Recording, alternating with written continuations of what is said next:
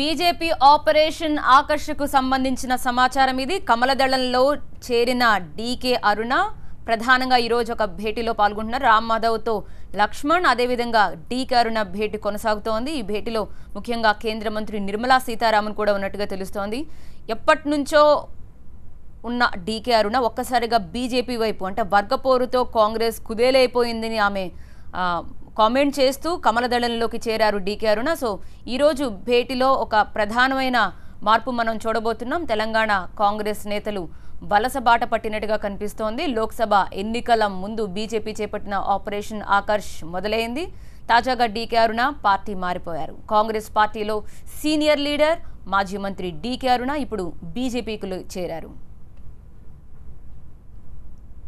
మహబూబ్ నగర్ జిల్లాకు చెందిన అరుణ కొద్ది రోజులుగా పార్టీ మారతారనే ప్రచారం జరుగుతోంది. కాంగ్రెస్ హైకమాండ్ ఈ మధ్య ప్రకటించిన ఎంపీ అభ్యర్థుల జాబితాలు తనకు జరిగిన తీవ్ర అన్యాయంపై అసహనం, అసంతృప్తితో ఉన్నారు. సరిగ్గా ఇదే సమయంలో బీజేపీ సీనియర్స్ కూడా అరుణకు టచ్లోకి వచ్చారు. బీజేపీ సీనియర్ నేత రామ్ మాధవ్ అరుణతో చర్చలు జరిపారు. ఆ చర్చలు ఫలించడం, బీజేపీ జాతీయ అధ్యక్షులు అమిత్ షా కూడా అరుణతో మాట్లాడటంతో అంతా ఒకే రోజులో జరిగిపోయింది. మరింత సమాచారం మా ప్రతినిధి మహాత్మా అందిస్తారు. మహాత్మా, ఎప్పటి నుంచో ఉన్న కాంగ్రెస్ లో సీనియర్ లీడర్ డీకే అరుణ ఇప్పుడు బీజేపీలో చేరడం అంటే ఏం జరగబోతుంది మార్పులు? ఆమెకి ఆశించిన సీట్ ఆమెకి కేటాయించే వాగ్దానం కానీ భరోసా కానీ ఇచ్చారా?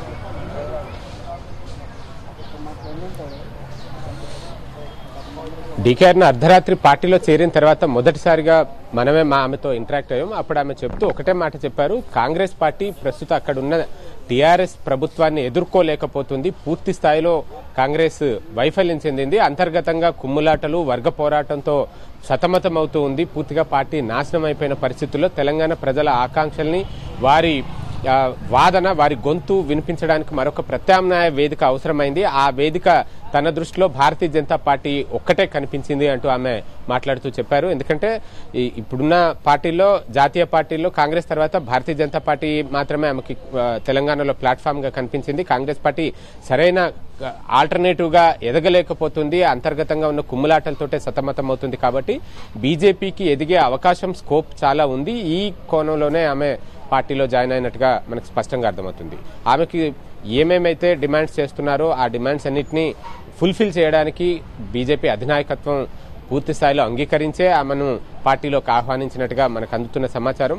ప్రస్తుతం ఈ లోక్సభ ఎన్నికలు జరుగుతున్న నేపథ్యంలో మహబూబ్ నగర్ లోక్సభ కాన్స్టిట్యున్సీ నుంచి ఆమె భారతీయ జనతా పార్టీ తరఫున బరిలో దిగే అవకాశం స్పష్టంగా కనిపిస్తుంది. డీకే అరుణ చేరిక అన్నది బీజేపీకి చాలా బలం, నైతికంగా, మోరల్ గా అన్ని రకాలుగా కూడా బలాన్ని చేకూర్చే విషయంగానే మనం చెప్పుకోవచ్చు. మహబూబ్ నగర్ లో భారతీయ జనతా పార్టీకి పటిష్టమైన క్యాడర్ కూడా ఉండడం మరొక అడ్వాంటేజ్ అవుతుంది. అలాగే డీకే అరుణ ఫాలోవర్స్ ఉంటారు. ఆమెకంటూ ఒక సొంత అనుచరగణం, బలం కూడా ఉంది. అదంతా యాడ్ అయ్యి ఆ సీటు ఖచ్చితంగా ఒక ప్రభావవంతమైన సీటుగానే మారే అవకాశం కనిపిస్తుంది. పాత మహబూబ్ నగర్ జిల్లా మొత్తాన్ని ప్రభావితం చేయగల అంశంగా ఈ అంశాన్ని చెప్పుకోవచ్చు. డీకే అరుణతో పాటుగా మరికొంతమంది నేతలు కూడా బీజేపీలో చేరబోతున్నారు.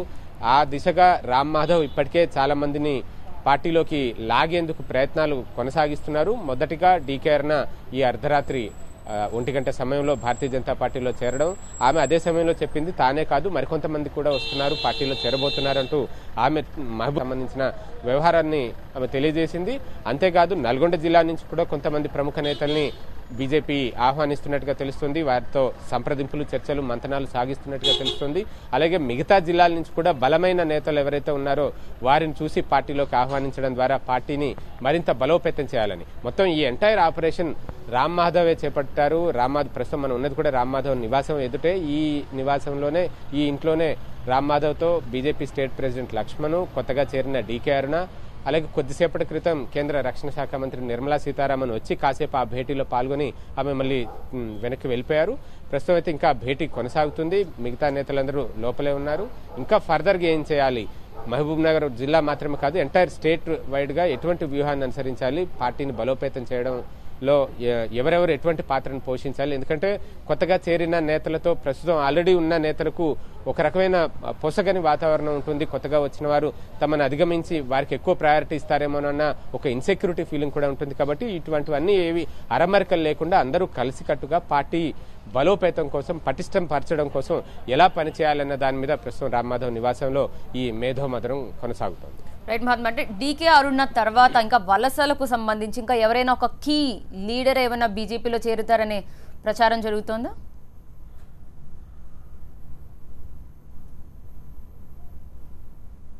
డీకే అరుణ తన అనుచరులతో బీజేపీలో చేరడం శుభపరిణామంగా భావిస్తున్నాను.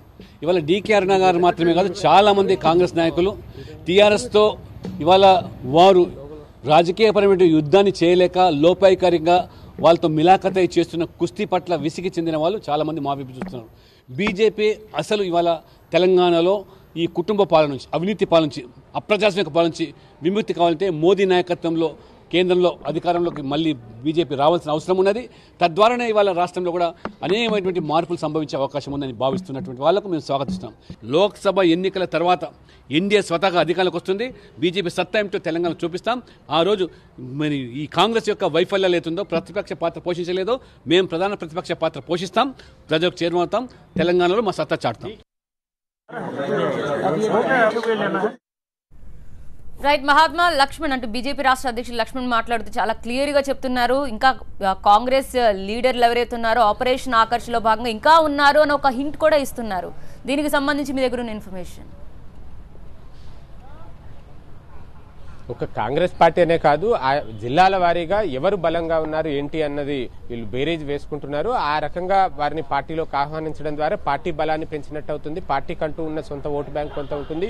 వారి వ్యక్తిగతంగా వచ్చే ఆదరణతో వచ్చే ఓటు బ్యాంక్ కూడా అదనంగా యాడ్ అయితే బీజేపీ ఓట్ షేర్ పెరుగుతుంది.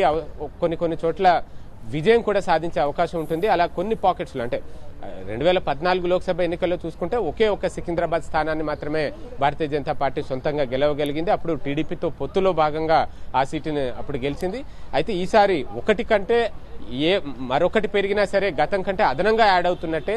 అందుకే కనీసం ఒక 5 సీట్లైనా గెలవాలి అన్న ఒక లక్ష్యంతో బీజేపీ నేతలు పనిచేస్తున్నారు. అందుకే బలమైన నేతలకు గాలం వేసి పార్టీలోకి తీసుకుని వారికి టికెట్లు ఇవ్వడం ద్వారా ఈ కొన్ని పాకెట్స్లో ఎక్కడైతే బీజేపీ బలంగా ఉందని భావిస్తున్నారో అటువంటి చోట కాన్సన్ట్రేట్ చేసి గెలుపొందేందుకు ప్రయత్నాలు సాగిస్తున్నారు.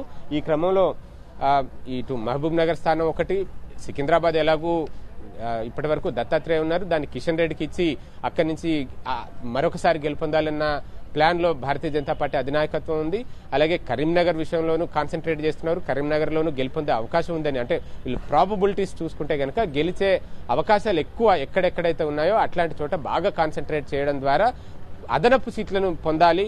ఎందుకంటే ఉత్తరాది రాష్ట్రాల్లో కొన్ని సీట్లు తక్కువ పడ్డా వాటిని మిగతా రాష్ట్రాల నుంచి భర్తీ చేసుకోవాలన్న ఒక జాతీయ స్థాయి వ్యూహం కూడా బీజేపీకి ఉంది. కాబట్టి ఇలా ప్రతి రాష్ట్రంలోనూ ప్రతి చోట వీలైనన్ని ఎక్కువ సీట్లు గెలవడం మీద దృష్టి పెట్టారు. ఆ క్రమంలో కేవలం మడికట్టుకు కూర్చుని కేవలం పార్టీలో ఎదిగిన నేతలతోనే సాధించాలంటే సాధ్యపడని పరిస్థితి అన్న వాస్తవాన్ని కూడా గ్రహించారు. అందుకే ఇతర పార్టీల్లో సొంత బలంతో ఎదిగిన నేతలు ఎవరున్నారు అన్నది గుర్తిస్తూ వారికి గాలం వేస్తూ వారిని పార్టీలోకి తీసుకుంటూ వారి డిమాండ్లను నెరవేరుస్తూ ఆ పార్టీని బలోపేతం చేసే ప్రయత్నాలు చేస్తున్నారు. గతంలో ఉత్తరాది రాష్ట్రాల్లో ఈ తరహా ప్రయత్నాలు జరిగినాయి.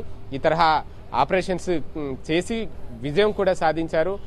ఇప్పుడు కూడా తెలంగాణలో ఆ తరహా ఆపరేషన్ ప్రారంభించారు. నిజానికి ఇది ఎప్పటి నుంచో జరగాల్సింది, కాకపోతే కాస్త ఆలస్యమైంది. అయినా సరే ఎన్నికల ముందు జరుగుతుంది కాబట్టి దీని ప్రభావం ఖచ్చితంగా ఎన్నికల్లో ఉంటుంది. ఆశాజనకంగా భారతీయ జనతా పార్టీకి పాజిటివ్గా ఉంటుంది అన్న ఆశావాదంతో బీజేపీ నేతలు ఉన్నారు. Right, thank you Mahatma. Updates అందించినది. ఇది ఆపరేషన్ ఆకర్ష్లో భాగంగా Congress senior leader DK Aruna ఇప్పుడు బీజేపీలోకి చేరడంతో వారు ఏదైతే ఫలిస్తుంది అనుకుంటున్నారో పార్టీ బలోపేతం దిశగా ప్రయత్నిస్తున్నారో బీజేపీ నాయకులు ఇప్పుడు ఆ ఫలితం సాధిస్తున్నాం అనే నమ్మకంతో వారంతా ఉన్నట్టుగా తెలుస్తోంది.